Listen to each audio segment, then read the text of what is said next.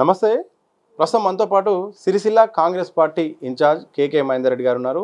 కేటీఆర్ ఈ మధ్యకాలంలో వరుసగా కాంగ్రెస్ను టార్గెట్ చేసి కూడా మాట్లాడుతున్నారు. దాంతోపాటు తెలంగాణ రాష్ట్రంలో జరుగుతున్న తాజా రాజకీయ పరిణామాలపై వారి అభిప్రాయం తెలుసుకుందాం. ముందుగా నా రాజకీయ జీవితంలో ఇంతవరకు పోటీ చేసిన ఎన్నికల్లో ఒక్క రూపాయి కూడా ఖర్చు పెట్టలేదు, ఒక్క మందు చుక్క కూడా నేను ఎవరికి కూడా ఇవ్వలేదు, అలాగే గెలుస్తూ వస్తున్నాను, కావాలంటే ఇన్వెస్టిగేషన్ కూడా చేసుకుంటాను కూడా BRS working president KTR Sircilla MLA మీ ప్రత్యర్థి కేటీఆర్ అంటున్నారు. నిజమేనా? నవ్విపోదురుగాక నాకేటి సిగ్గన్న చందాన దయ్యాలు వేదాలు వల్లించినట్టు నిస్సిగ్గుగా మాట్లాడితే దానికి ఎవరు జవాబుదారుతారు? ఇంకా మాట్లాడడానికి కొంచెమన్నా లజ్జ సిగ్గు అనేది ఉంటే మనిషికి మనం చెప్పగలుగుతాం. మనం సిగ్గు విడిచి నిస్సిగ్గుగా ఇలా అబద్ధాలు ఆడితే సిరిసిల్ల ప్రజల దగ్గరికి వెళ్తే అడిగితే ఎవరైనా చెప్తారు. ఇవాళ వారు రాజకీయ ప్రస్థానం కానీ వారి యొక్క రాజకీయ ప్రస్థానం కానీ వారు ఏ విధంగా గెలిచినారు అనేది సిరిసిల్లలో ప్రజలు చాలా నిక్కచ్చిగా చెప్తారు ఆయన. ఎందుకంటే వెళ్ళి మీరు నిజంగానే వారు అన్నట్టు మీరే వెళ్ళండి, దిశనే వెళ్ళండి. 2009 నుంచి ఆయన రాజకీయ నేపథ్యం ఎప్పుడైతే మొదలైందో అప్పటి నుంచి ఇప్పటి వరకు ఆయన దేని మీద రాజకీయం చేస్తాడు. ఇవాళ కూడా అధికారంలో ఉండి కూడా 2014 నుంచి ఆయనే అధికారంలో ఉన్నాడు. ఆయన మంత్రి ఒక్కొక్కరికి ఏ విధంగా డబ్బులు ఇచ్చుకుంటూ ఏ విధంగా నాయకులను ప్రలోభాలు పెడుతూ నాయకులను కొనుగోళ్లకు పాల్పడుతూ ఓటర్లకు ప్రభావితం చేస్తుండ్రు.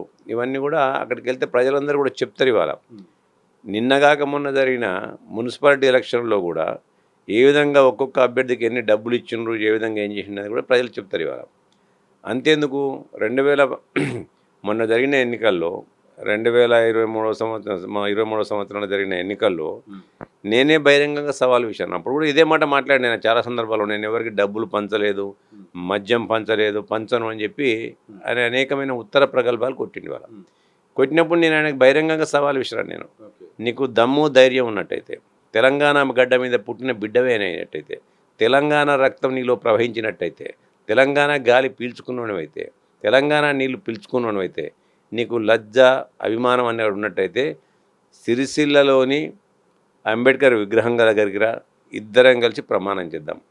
డబ్బు పంచొద్దు, మందు పంచొద్దు, నేను పంచొద్దు, నువ్వు పంచొద్దు అని. అంబేద్కర్ గారి మీద నీకు నమ్మకం లేకుంటే మీ నాయన పెట్టిన తెలంగాణ తల్లి విగ్రహం ఉంది, మీ పార్టీ పెట్టిన తెలంగాణ తల్లి విగ్రహం ఉంది, అక్కడికైనా రమ్మని చెప్పి నేను బహిరంగ సవాల్ విసిరి టైము డేటు రెండు కూడా ఫిక్స్ చేయడం జరిగింది. ఇక్కడ కూడా వచ్చిన పాపాన పోలే ఆయనే. నిజంగా ఇప్పుడు ఆయనకు అంత అది ఉన్నట్టయితే ఎందుకు రాలే?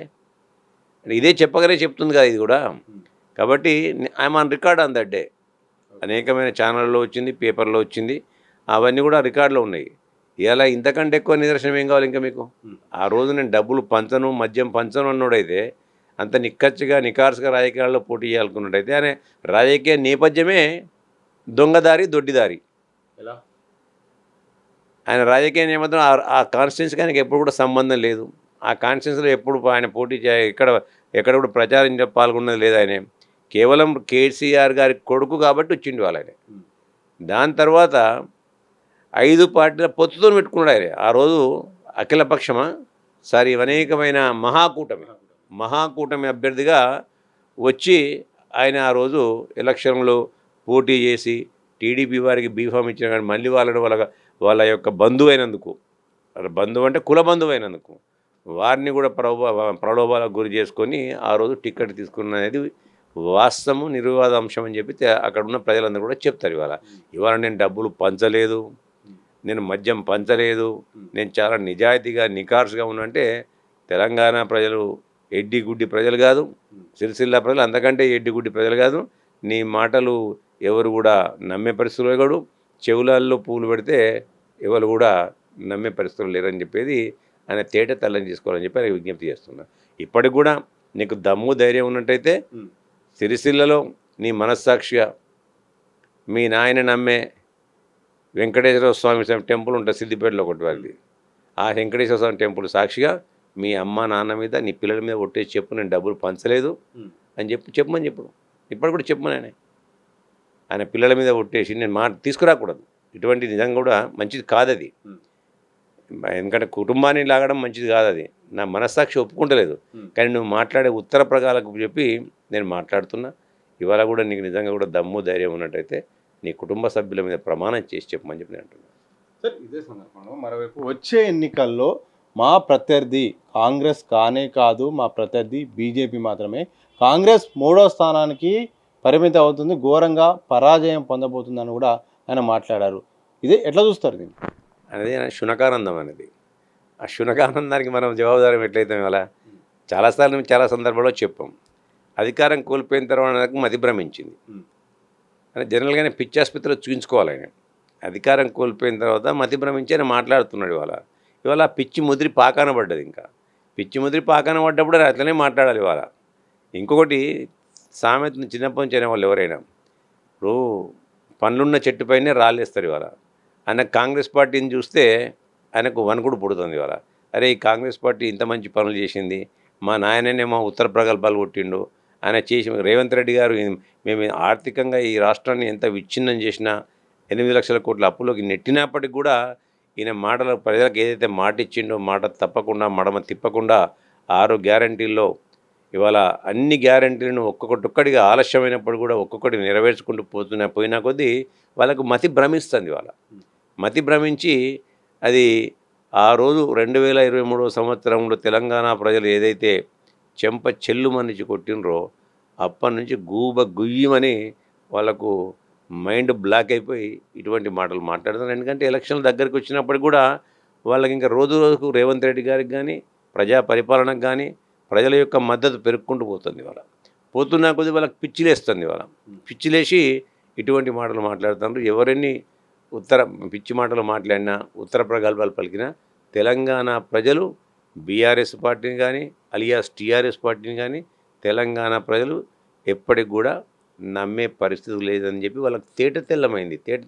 తెల్లారే ఇటువంటి మాటలు మాట్లాడుతున్నారు. ఇవాళ తెలంగాణ ప్రజలు వారి యొక్క మాటలను ఎవ్వరు కూడా పిచ్చి మాటలుగా భావిస్తున్నారు, పిచ్చోళ్ళు మాట్లాడే మాటలుగా భావిస్తున్నారు.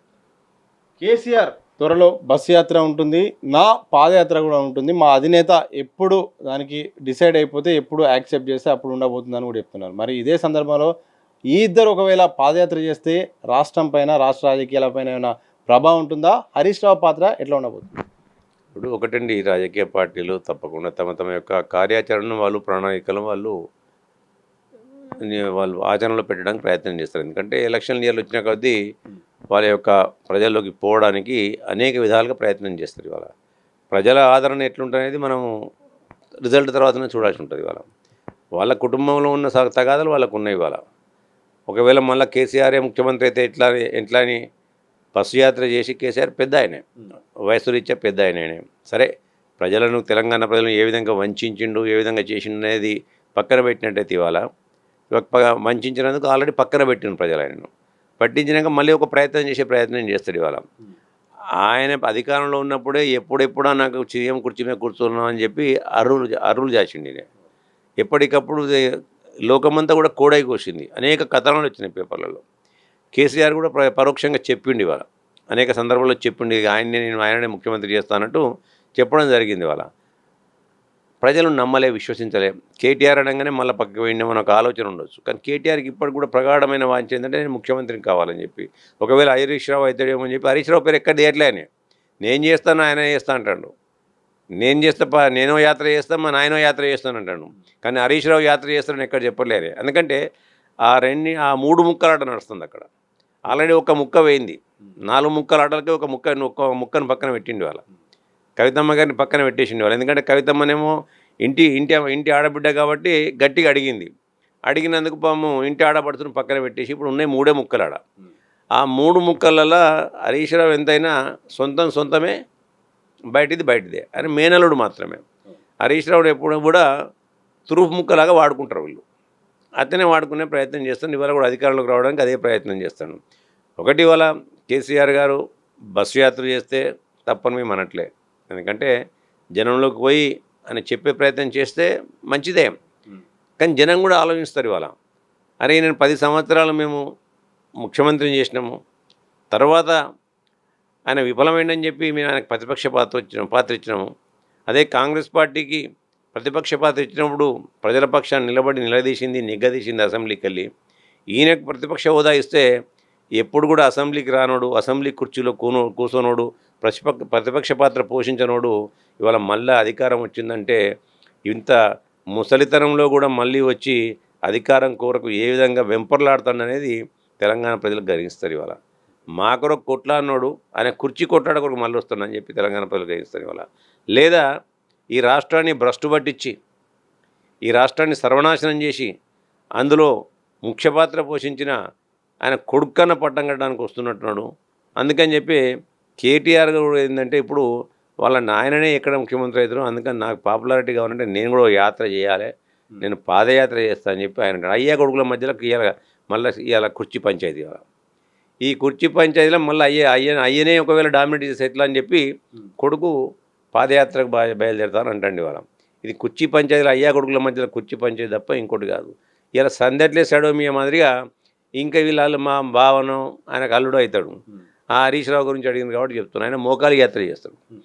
ఆయన బస్సు యాత్ర చేసిన, కేటీఆర్ గారు పాదయాత్ర చేసిన, ఈయన మోకాలి యాత్ర చేసిన, ఈ ముగ్గురు ఏ యాత్ర చేసినా వీళ్ళు తీర్థయాత్రలకు వస్తే మంచిగా ఉంటుందని ప్రజలు నిర్ణయించారు. ఆల్రెడీ వీళ్ళని అందరి తీర్థయాత్రలకు పంపిస్తేనే మంచిది. ఇక ఈ రాష్ట్రాన్ని వీళ్ళు అందిన కాడికి దోచుకున్నారు. ఇవాళ మళ్ళీ వస్తే దీన్ని రావణ కాష్టం చేస్తారు. కాబట్టి వీళ్ళని తీర్థయాత్రలకు పంపిద్దామని చెప్పి వీళ్ళు ఏ యాత్రలు చేసినా తెలంగాణ ప్రజలు మాత్రం వీళ్ళని తీర్థయాత్రలకు పంపించారు ఖాయమని చెప్పి చెప్తున్నారు. మీనాక్షి నటరాజన్ రాజ్యసభ నామినేషన్ తిరస్కరణ విషయంలో బాగా చర్చ జరుగుతుంది ఏఐసిసి స్థాయిలో, పిసిసి స్థాయిలో, దేశవ్యాప్తంగా. అయితే తెలంగాణ రాష్ట్రంలోని కొంతమంది కోవట్టులు, కొంతమంది లీకు వీరులు అక్కడ బీజేపీకి సమాచారం ఇచ్చారనే ఒక ప్రచారం ఉంది. ఇందులో భాగంగా పిసిసి అధ్యక్షుడు కూడా మేము విచారణ చేయబడుతున్నాం అంతర్గతంగా కూడా నేరుగా మాట్లాడారు. నిజంగా ఇక్కడ నుండి సమాచారం వెళ్ళిందా? ఈరోజు తిరస్కరణ విషయంలో కోర్టుల పాత్ర ఉందా? నేను ఏమంటున్నానంటే మీరే చెప్పినారు, ముఖ్యమంత్రి గారు అంతర్గతంగా విచారణ చేపడుతున్నాడు అన్నది. ఆ విచారణలో నిజాలు నిర్ధారణ అవుతాయి. ఇవాళ ఏది ఏమైనప్పటికి కూడా అది లీక్ ఇచ్చిన వేరే పక్కన పెట్టినట్టు కూడా ఇవాళ ఈ రాష్ట్రంలో, ఈ దేశంలో స్వయం ప్రతిపత్తితోని నడిచే సంస్థలు కొన్ని ఉన్నాయి. అందులో ఆ సంస్థలను, వ్యవస్థలను కాపాడుకోవాల్సిన బాధ్యత కూడా భారతదేశ రాజ్యాంగం పైన ఉన్నది, భారతదేశ పౌరులపైన ఉన్నది, ఇవాళ ప్రజాస్వామ్యవాదులపైన ఉంది. ఇవాళ అందులో భాగంగానే ఎలక్షన్ కమిషన్ కూడా ఇండిపెండెంట్గా వ్యవహరించాల్సిన అవసరం ఉంది.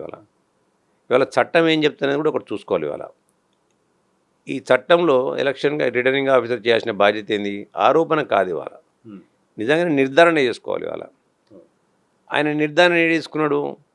అక్కడ వచ్చింది ఒక ఆరోపణ, ఒక కార్యకర్త వీరు మాకు ఇన్ఛార్జిగా ఉన్నప్పుడు ఒక అతను నా పైన ఈ విధంగా వ్యవహరించిండు, దీనిపైన క్రమశిక్షణ చర్యలు తీసుకోమని చెప్పి నేను లెటర్ ఇస్తే వాళ్ళు ఎటువంటి చర్యలు తీసుకోలేదని చెప్పి ఆమె కోర్టుకు పోవడం జరిగింది. ఆమె ఈ రాష్ట్రానికి ఇన్ఛార్జిగా ఉంది కాబట్టి ఆమెను కూడా ఒక పాత్రధారణ చేస్తూ, ఆమె కూడా తీసుకోనందుకు ఆమెను కూడా ఒక పాత్రధారణ చేస్తూ ఒక కోర్టుకు ప్రైవేట్ కంప్లైంట్ ఇవ్వడం జరిగింది. కోర్టు దాన్ని ఎక్కడ కూడా కాగ్నిజెన్స్ తీసుకోవాలి ఇంతవరకు. ఆ కోర్టు ఆ యొక్క చేసిన కంప్లైంట్కు వీరికి సమాధానం చెప్పండి అని చెప్పి నోటీస్ ఇచ్చింది. వీరు సమాధానం చెప్పిన తర్వాత కోర్టు ముందు అది నిలబడదా అని చేసేది సెకండరీ అంశం. ఇవాళ కానీ నిన్నటి వరకు, ఆ రోజు ఆమె నామినేషన్ దాఖలు చేసిన వరకు కూడా మీనాక్షి నటరాజన్ గారిపైన ఎటువంటి కేసులు పెండింగ్లో లేవు. పెండెన్సీ ఆఫ్ ద కేసులు ఉంటే మాత్రమే అందులో రెఫర్ చేయాలి. ఆమె మీద ఎఫ్ఐఆర్ రిజిస్టర్ కాలే. అప్పటికి కోర్టు ఆమెను నీవు దీని మీద కోర్టు వాదనలు విన్న తర్వాత, ఎవరైతే ఆరోపణ చేసినో వాళ్ళ యొక్క వాదనలు విన్న తర్వాత మీనాక్షి నటరాజన్ని ముద్దాయిగా చేర్చండి అని అక్కడ చెప్పలే. ముద్దాయిగా చేర్చమని కూడా చెప్పలేదు. చేర్చమని చెప్పినాక కూడా ఎఫ్ఐఆర్ కాకుండా అది వేరే సంగతి. ముద్దాయిగా చేర్చమని చెప్పలేదు, ఎఫ్ఐఆర్ నమోదు కాలేదు. కేవలం బీజేపీ తన సంఖ్యాబలాన్ని పెంచుకోవడానికి నిన్నటి వరకు అనేక రకాలుగా ఓటు చోరీకి పాల్పడ్డది, ఇవాళ సీట్ చోరీకి పాల్పడ్డది. అనేకమైన అంశాలను ఇవాళ ఈ రాష్ట్రంలో చాలాసార్లు వాళ్ళు చెప్పిన ఇవాళ రాజ్యాంగాన్ని వాళ్ళందరూ కూడా మళ్ళీ ఒక మనవాద రాజ్యాంగం మార్చాలని చెప్పి వాళ్ళు అనేకమైన ప్రయత్నాలు చేసింది. వాళ్ళ మొన్న జరిగిన పార్లమెంట్ ఎలక్షన్లో అబ్కీ బార్ 400 పార్ అని చెప్పి ఒక నినాదంతో వచ్చిన వాళ్ళు. ఇవాళ ఎందుకంటే 400 పైచీలకు సీట్లు గెలిస్తే ఈ రాజ్యాంగాన్ని సమూలంగా మార్చేసి ఈ భారతదేశ స్వతంత్రానికి సంబంధం లేదు వాళ్ళకు. కానీ భారతదేశ రాజ్యాంగం గురించి మాట్లాడుతున్న వాళ్ళు ఇలా ఈ దేశానికి స్వతంత్రం తెచ్చింది కాంగ్రెస్ పార్టీ, ఈ దేశానికి రాజ్యాంగం ఇచ్చింది కాంగ్రెస్ పార్టీ. ఈ రాజ్యాంగంలో అనేకమైన హక్కులను, ప్రజలకు పౌర హక్కులను, ప్రజాస్వామిక హక్కులను కాపాడుతూ ఇస్తూ అనేక వ్యవస్థను తీసుకొచ్చి ఆ హక్కులను పరిరక్షణ కొరకు వ్యవస్థను సృష్టించింది కాంగ్రెస్ పార్టీ, భారత రాజ్యాంగం. దానిపైన సంపూర్ణమైన దాన్ని కాపాడాలనే బాధ్యత కాంగ్రెస్ పార్టీకి ఉంది. అందుకే రాహుల్ గాంధీ గారు ఆ రోజు అబ్కీ బార్ 400 పార్ అన్నప్పుడు వారు భారత రాజ్యాంగాన్ని చేతిలో పెట్టుకొని వీళ్ళ కుటీన నీతులను, కుటీన ప్రయత్నాలను ముందుగానే గ్రహించి కశ్మీర్ నుంచి కన్యాకుమారి వరకు భారత్ జోడో నఫరత్ చోడో అనే ఒక నినాదం ఉంది. ఆ రోజు పాదయాత్ర చేస్తే వాళ్ళ నడ్డి విరిగి 250 సీట్లకు పడ్డారు.